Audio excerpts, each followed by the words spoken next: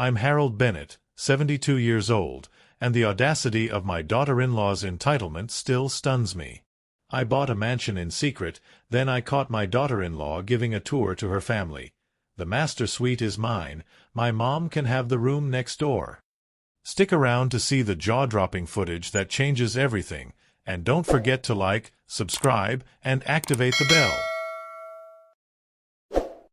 It was a sunny afternoon on August 15, 2025, in Perth, the air warm with the scent of eucalyptus from Kings Park and the distant hum of ferries along the Swan River, when I stood in the grand foyer of the mansion I'd just purchased, a sprawling estate in Dalkeith I'd kept hidden from my family.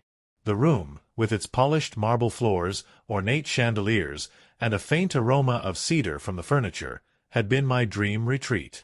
But that day, it turned into a stage for a betrayal that ignited my resolve under the glow of natural light streaming through tall windows.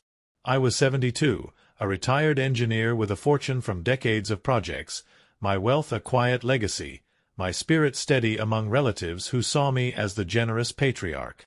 I'd saved diligently since moving to Perth in 1980, building a nest egg against the 10% interest rates of the 80s, my name a respected thread among neighbors who admired my solitude. That afternoon, as I inspected the master suite, its purchase finalized for $2.5 million with cash from my investments, my daughter-in-law, Vanessa, arrived uninvited with her parents and siblings. I overheard her say, "The master suite is mine, my mom can have the room next door," her voice smug, claiming my sanctuary as her own. To usurp me, she enlisted my son, Michael, who shrugged with indifference, and her father, who nodded at the idea of family expansion, spinning tales of my hoarding to justify their takeover. My wealth, once a shared pride, was now a target, Vanessa hinting at redistributing the estate I'd bought to secure my retirement. My sister, Joan, tried to warn me, but Vanessa's influence silenced her, leaving me isolated in a home I'd intended as my haven. The real estate deed, now a symbol of my exclusion, lay beside an empty chair where I'd envisioned quiet evenings, its edges crisp as if mocking my naivety.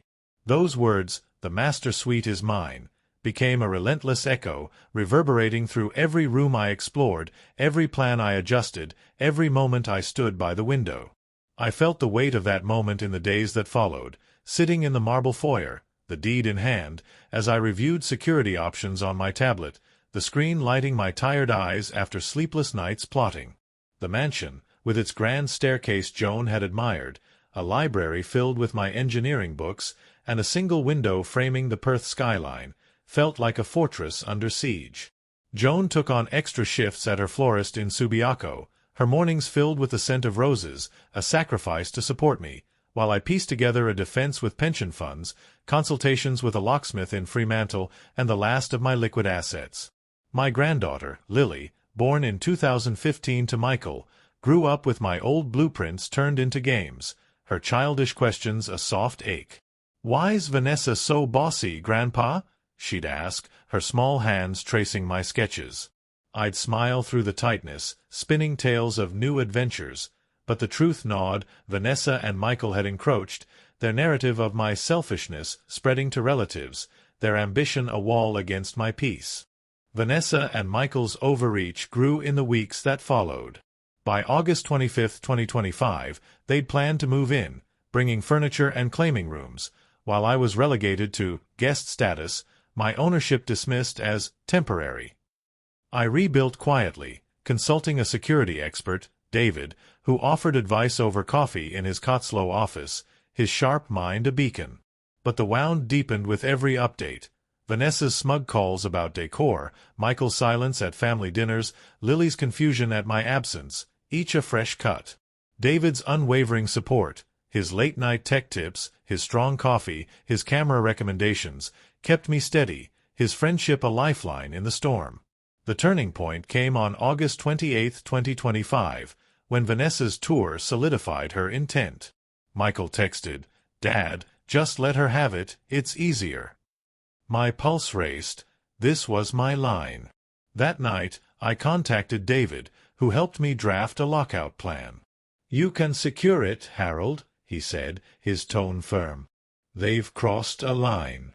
On August 29, 2025, I turned the mansion into my stronghold. Amid blueprints and tools, I accessed the property records, my fingers steady but resolute. At 10 a.m., I confirmed my sole ownership, untouchable by their claims. My hands shook as I arranged the locksmith, the past merging with action. That morning, at 10:42 a.m. Australian Western Standard Time, I waited by the window, the Perth skyline a silent witness, plotting my move. Their next visit was their undoing, a day to face their overstep. What they didn't know was I'd turned their greed into a fortress of justice, forged by 72 years of grit. The week leading to their next visit was a meticulous blueprint of strategy and secrecy, my days in the mansion a cover for the revenge fortifying in my mind. By August 30, 2025, the foyer, its walls lined with marble panels, its table cluttered with security manuals and keys, its air tinged with cedar and polish, became my command center where every lock and camera fueled my resolve. David and I met that evening, his toolkit open on the marble as we reviewed the property layout and camera angles, the soft hum of the chandelier a rhythm to our planning. The mansion, bought in my name on August 10, 2025, was my retreat, its value now $2.5 million, while my generosity, gifting Michael a car in 2020, had been exploited, leading to Vanessa's takeover. David's research revealed a pattern. Michael's agreement to her plans, Vanessa's emails demanding keys, a cover-up of a 2024 inheritance dispute hushed with family pressure, a fragile alliance on the brink. I contacted Ms. Carter, a retired lawyer who'd advised me in 2015, her authoritative voice joining us via a crackling phone call from her home in Nedlands. "You can lock them out, hit them with evidence," she advised, her tone laced with old justice. I nodded, my plan a fortress crafted from years of suppressed generosity, each bolt a memory of lost control, stolen home, broken bonds. Their visit, set for 2 p.m. on September 5, 2025, would be their exposure, a gathering of Vanessa's family, friends, and movers, all drawn by the promise of claiming the estate under the mansion's grand arches. I'd pose as a retiring owner, my suit swapped for a casual shirt with a hidden pocket, my movements slow with a cane to conceal my intent, my gray hair neatly combed a symbol of my enduring authority. My task was to change the locks and activate the cameras, with David signaling Ms. Carter's legal contacts at 3 p.m., timed with their tour, ensuring maximum disruption. I secured the plan through David, who networked with a locksmith from Victoria Park, his text on August 31, a set of keys I clutched like a blueprint, his note reading, "Fortress secured, Harold." He suspected nothing, his expertise a tool I'd wield with care. Preparation was a rigorous design, a blend of physical discipline and emotional steel. I practiced my shuffle daily along the Dalkeith trails, perfecting a weary gait and a warm, unassuming smile that masked my burning resolve, my cane tapping a rhythm of patience against the path. I rehearsed lines, just checking the place, though each word carried the weight of Vanessa's betrayal, Joan's steadfast sisterhood, and Lily's innocent trust in my past.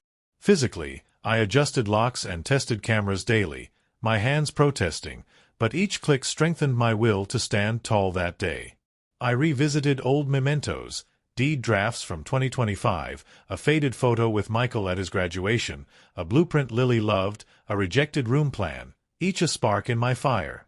One night, I found a trashed box of my engineering awards, its contents lost, and wept, the lost pride fueling my fury. I tracked Lily's life, her school art, her friendship with a girl named Ella, hoping this act would secure her future free from Vanessa's shadow. On September 4th, Vanessa called, her tone smooth with false warmth. "Harold, we're moving in soon. Be ready," she said, her voice polished but laced with control. I agreed, hiding my scheme. She didn't suspect I'd coordinated with David, who'd lined up Ms. Carter's contacts, or that I'd prepared a shirt with a hidden pocket, its fabric a shield of my past honor. The locks arrived on September 3rd, installed by the locksmith, their weight a promise of justice. At 1:30 p.m. on September 5th, I waited, the mansion silent with the hum of cameras, the Perth skyline a bright witness. Michael spotted me near the foyer, frowning.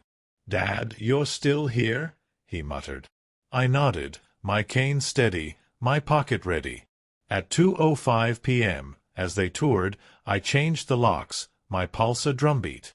I activated the cameras with David, whispering, "Now." He nodded, calling Ms. Carter. At 2:15 p.m., the locks clicked, Vanessa's scream echoing as she found herself locked out, the cameras rolling. The mansion afternoon erupted into a whirlwind of chaos, Vanessa's family scattering like startled parrots fleeing the grand arches, media phones pivoting to capture every frame of the unfolding family drama, her protests drowned by the click of locks that reverberated off the marble, the light casting fractured beams across the scene.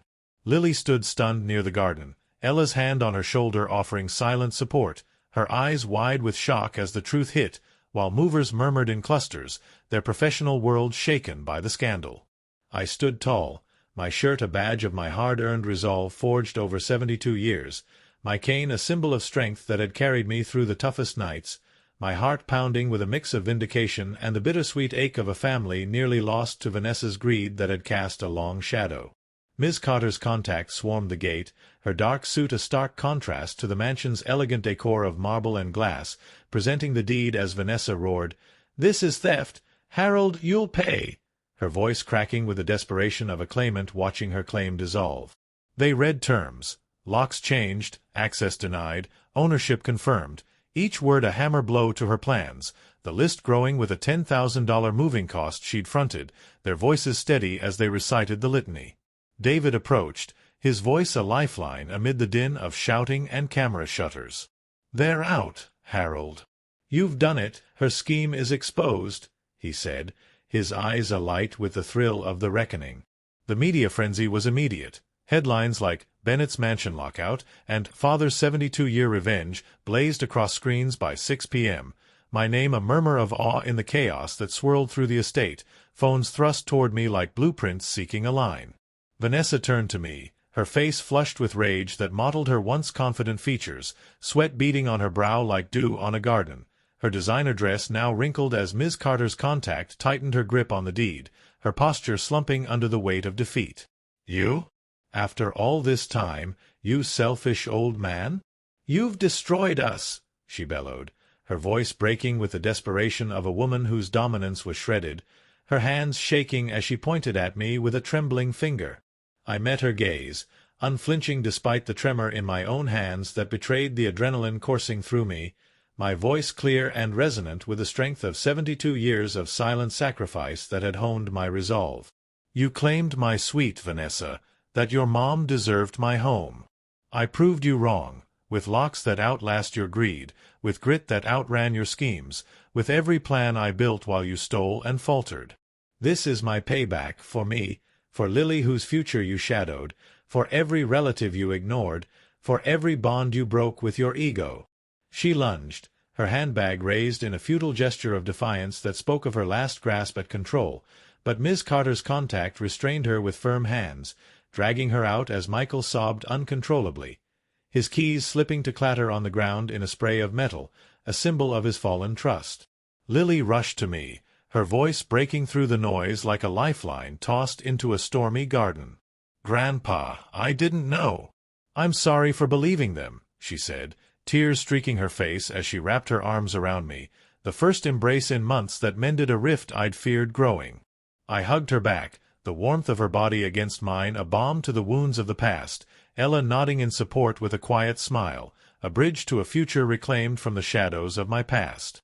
The crowd buzzed with reporters, their phones thrust toward me like tools seeking a design, but I turned away, my victory a private blueprint burning bright within, a celebration no scandal could dim. The fallout was swift and relentless, a reckoning that dismantled the remnants of Vanessa's estate claim. Ms. Carter's contact reclaimed the $10,000 deposit, seizing the moving records from the truck in Mount Lawley where files sat silent, documents from rental agreements hauled away in boxes, freezing their personal plans that held the profits of their deceit, halting their relocation across WA where they'd once plotted, while inspectors reviewed the deed for fraud, uncovering a safe with forged invitations. Their dominance collapsed like a failed structure, their reputation tarnished beyond repair, friends distancing themselves with silence, their names a cautionary tale whispered in parks from Dalkeith to Cotslow, a fallen claimant replaced by solitude. The media dug deeper, uncovering a $5,000 slush fund for Vanessa's decor that funded her mother's room and Michael's car, a detail that sent shockwaves through the Perth social scene and prompted a family inquiry, the scandal dominating evening news. Lily reconciled fully, joining me in learning engineering for my estate, while Joan and I planned a garden retreat to a space we'd saved for, the scent of eucalyptus a promise of peace. Vanessa faded from social circles, her friend group dissolving like a receding tide, and relatives, including her father, distanced themselves, seeking new ties to escape the taint. I didn't gloat. My goal was peace, not destruction, a balance I'd learned from years of building.